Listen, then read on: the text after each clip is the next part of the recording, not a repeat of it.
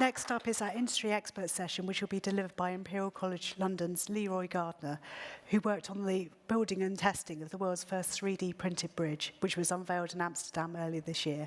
Leroy will also be taking questions at the end of his session.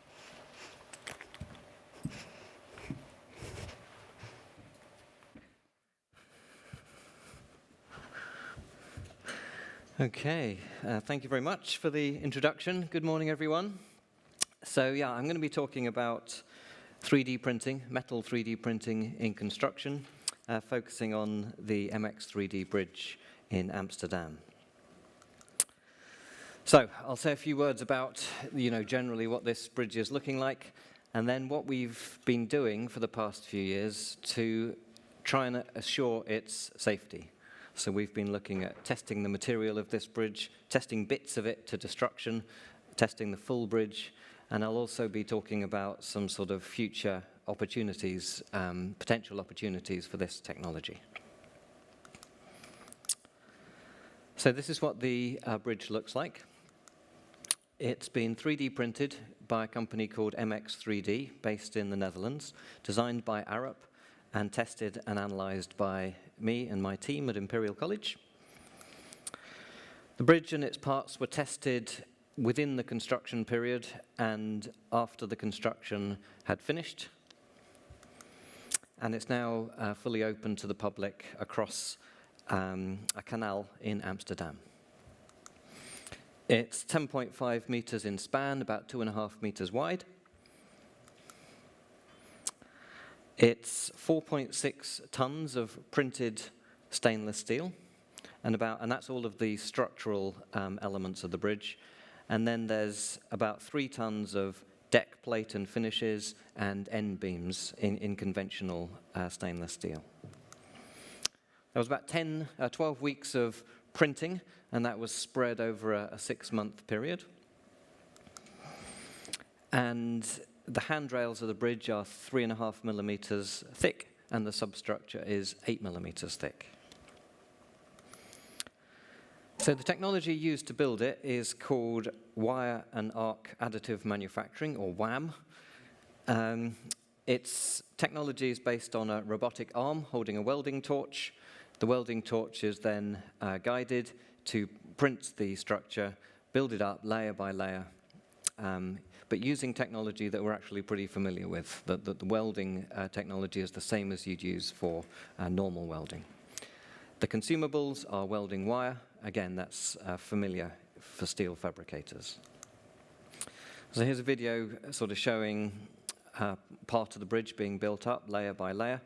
This is obviously speeded up, but you can see how the bridge is growing along its length. It was built in 2.5 meter segments, and these segments were then manually welded together.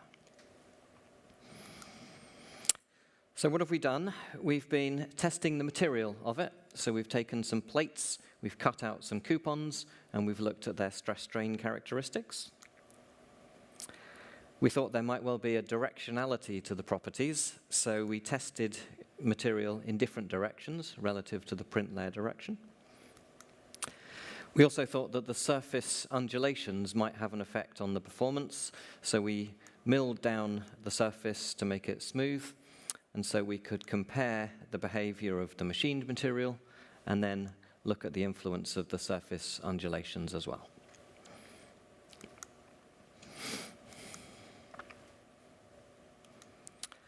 And these are some typical measured stress-strain characteristics. And what you can see is that there's a bit of directionality to the material, so the properties are a bit different in different directions. That's called anisotropy. But overall, we've got good strength, stiffness, and ductility. So that was for the machined material. We then looked at what's the influence of this as-built undulating geometry, and we found that it causes about a 5 to 15% reduction in the key mechanical properties. But ductility was a bit more sensitive. So the effect of the undulations was to cause local low points in cross-sectional area. The deformation tended to home in to those areas, and that caused a reduction in ductility. And you can see that on some coupons where we've got a before and after picture. So this is where the loading is along the weld layer direction, and this is the most ductile. And then at 45 degrees, and then at 90 degrees, when you're pulling across the weld layer direction, you get lower ductility. So that was the material.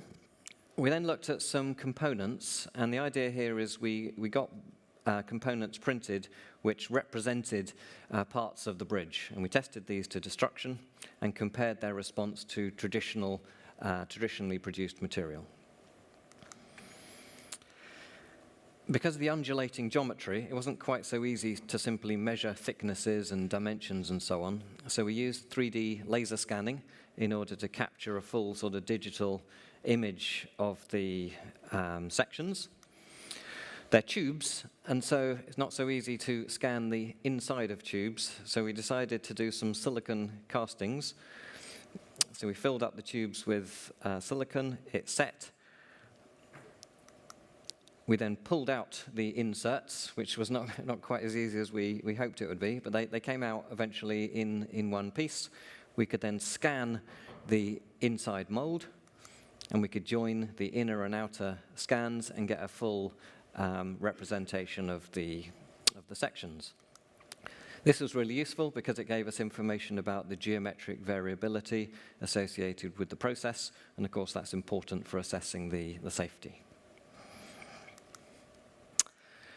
We then tested some of these sections under pure compression, and we got this sort of local buckling failure mode that you can see on the right. And we compared the results with what you see or what you're given in current design codes. And what we found is, provided you normalize your results by the as-built material properties, so the ones where you've got the effect of the geometric undulations, that's shown by the red points here, actually you're getting points that are safe-sided relative to current design guidance. So actually, broadly speaking, they follow the anticipated trends that we're used to. Similar, so that was looking at cross-sections and short columns. We also looked at longer columns.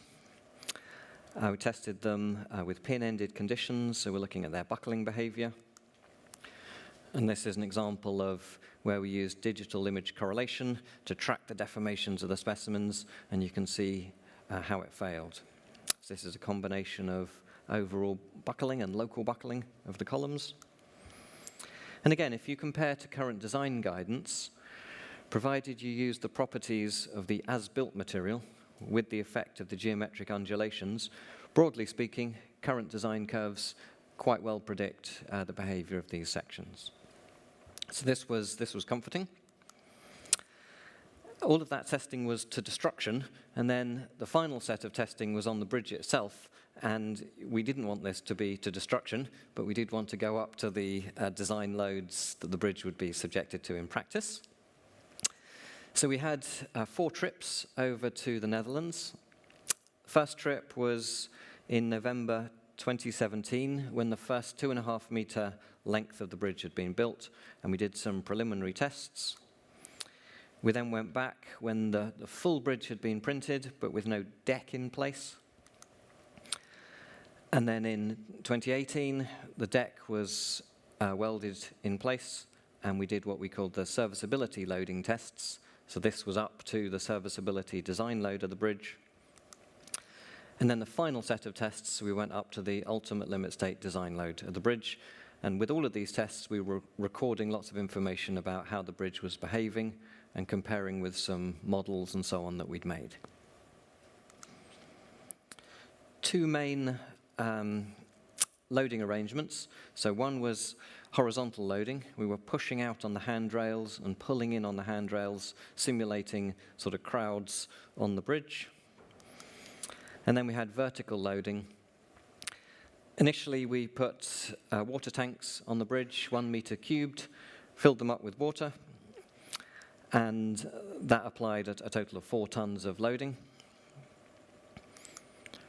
We got the England flag there. These tests were done during the World Cup in 2018. We were in the Netherlands. They hadn't qualified. We thought we'd just make our point. We did quite well. And the bridge deflected about 14 millimeters and under this 4 tons of loading, and that was similar to our finite element model predictions, so that gave us a bit of confidence in the model. And then once the deck had been put in place, we went up to 10 tons of loading, and you can see on this photo, it's a combination of concrete blocks and water tanks. The bridge had a slightly stiffer response with the deck in place, so the deck was helping, and it deflected about 25 millimeters under 10 tons of loading. Once we'd done the serviceability tests, that was then enabled us to open the bridge to the public on a sort of temporary basis, and it was opened in October 2018 at something called Dutch Design Week, and people could come and look at it, and it was actually nice to see people, touching it, asking questions about it, how on earth has this been made, and that kind of thing. One particular group got quite excited, started jumping up and down. Again, did you get it? And they caused a slightly disturbing sound, which you'll hear in a second, For me, for fun. Okay. on their second jump. 3, jump! That was a bit concerning at the time. A few people were looking at each other. Someone had dropped their bag on the bridge, and so it was nothing too sinister. So the final set of tests were in September 2019, and the idea here is we were going up to the full ultimate limit state design load of the bridge and a bit beyond. And this was a requirement by the local authority in order to get approval for the bridge to be placed and open to the public. So this time the bridge was loaded with a combination of these concrete sort of tiles. So there's 2.5 tons per layer, and there were 6 layers of these concrete slabs. They were put on one by one with about 6 people, and we put them on in a sort of pattern such that we kept roughly uniformly distributed load over the structure. We then used the water tanks to go up to the ultimate limit state design load. We didn't want to be on the bridge whilst we were putting on loads that we hadn't been up to before. And we got some local students to jump up and down a bit on it as well. And these were at loads quite considerably below what we'd been to with the slabs. Exciting music. So this is the bridge testing team. We were particularly happy that it didn't break, so we had a bit of a celebration. And, we were in the unknown territory here. There was a possibility that the bridge might not have been able to achieve the applied loading. Our models suggested it would, but there was uncertainty. So we were pleased when it survived and it performed as we hoped it would. So I said we had finite element modeling going on alongside the physical testing.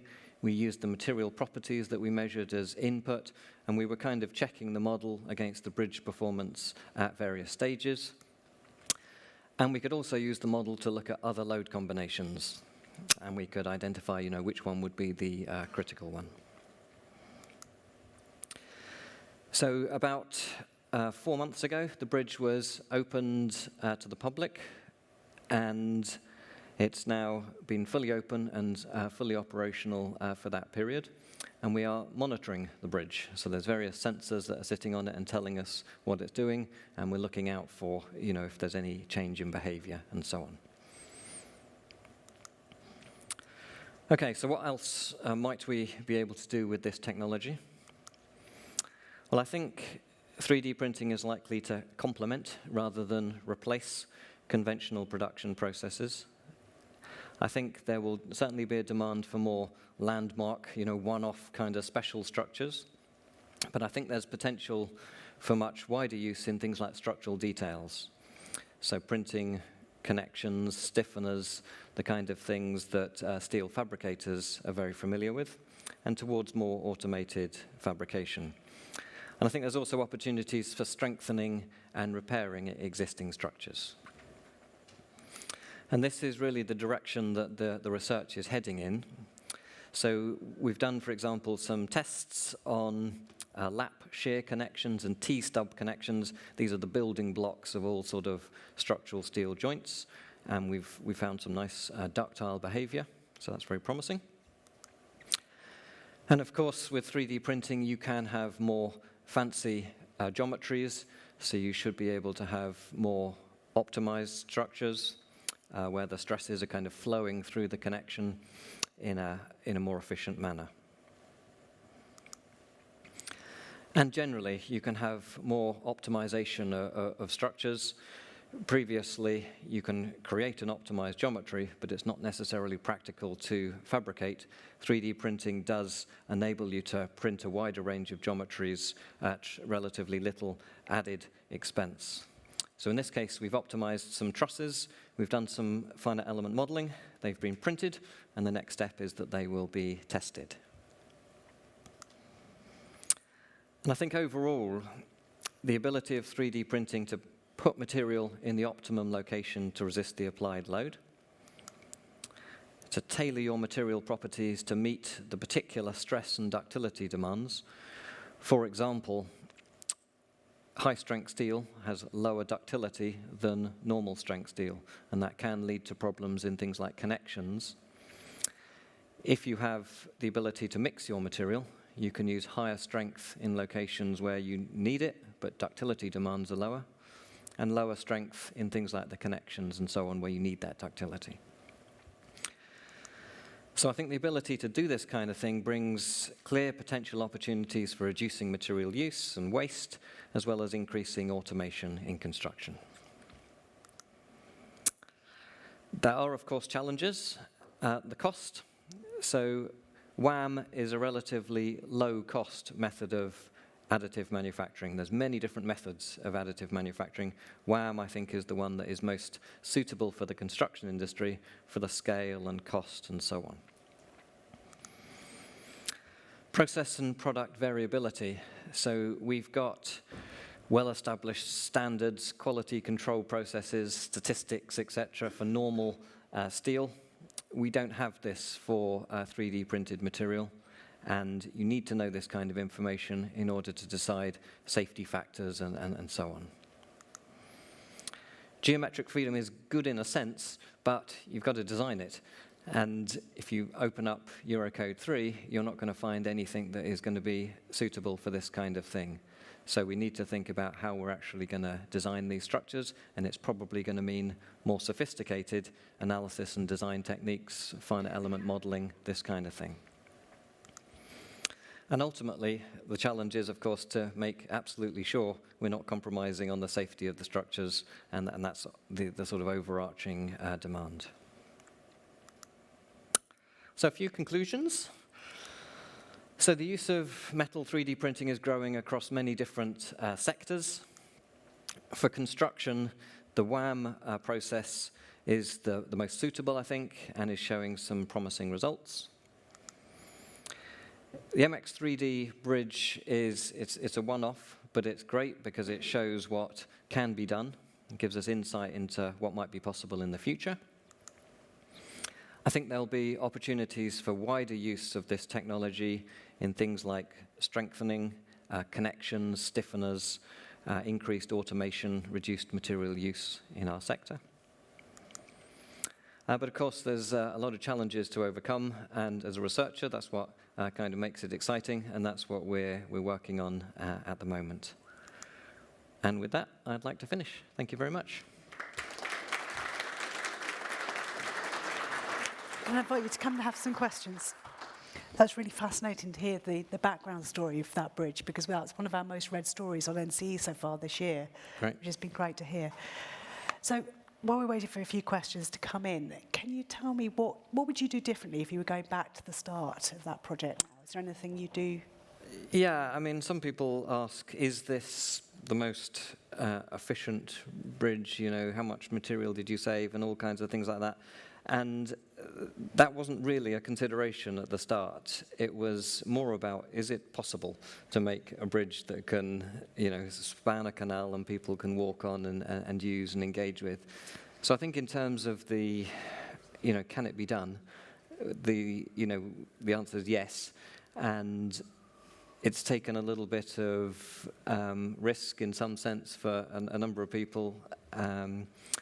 So there's nothing really, I think there's been a few things learnt, but there's nothing really we'd do differently for this one. It's more, we've shown that it works, and that's great. So we've got a question coming on Slido, which is about the design. So was the shape and design of the bridge chosen for strength, buildability, or to appeal to the local planners? Yeah, well, honestly, it was mostly the latter. The technology is, like I was saying in the presentation, kind of coupled with optimization. You can build things that are more efficient than what we currently do, no question. This particular bridge isn't the best example of the most efficient structure you could make. It's curved on plan for a start. As soon as you curve things, that tends to reduce their resistance, essentially. So it's like an imperfect column. So yeah, it's been sort of aesthetically driven to a large extent, and a landmark structure to show what can be done. Yeah, it's only been popular on our website anyway. Yeah, good. So how does the front-end design cost compare to traditional construction and other adaptive methods? Yeah, I mean, costs obviously are an hugely important factor. And the bridge, again, being a one-off, the costs are not really the best comparator for this. But if you look at the underlying technology, you need, in order to 3D print something, a robotic arm. They are not very expensive, £20,000 for a reconditioned one, maybe £100,000 for a new one. This is a relatively small investment for a steel fabricator. The input material is welding wire. Welding wire is readily available technology that fabricators use miles of every day. I suppose what will be new to people is more the digital thread. How to go from your digital model to slicing it up to be ready for printing, and then to actually have the know-how with the printing parameters and so on to do it. But the costs are not prohibitive, and that's why I think this technology has genuine potential for the construction industry.